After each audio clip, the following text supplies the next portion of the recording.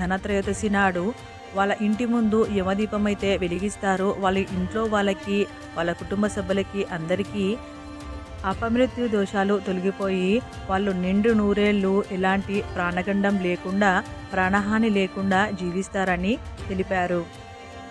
యముడనగానే మనందరం భయభ్రాంతులకు గురవుతాము. అలా అని ఈ చిన్నపాటి పరిహారం కూడా చేసుకోలేక వదిలేశాము. కానీ ఇంటి ముందు వెలిగించుకునే ఈ చిన్న దీపము మనందరి ప్రాణాలు కాపాడుతుందంటే ఎవరు మాత్రం చేయకుండా ఉండగలరు?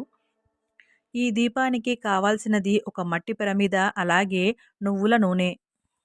అందులో మనం వేసుకునే ఒత్తులు మామూలుగా మనం పూజకి ఏ విధంగా అయితే ఒత్తులు వేసుకుంటామో ఆ విధంగా అయితే ఒత్తులు వేసుకొని, ఆ దీపము సౌత్ సైడ్ ముఖం చూసే విధంగా, అంటే దీపం యొక్క ముఖము దక్షిణ భాగము చూసే విధంగా వెలిగించుకోవాలి.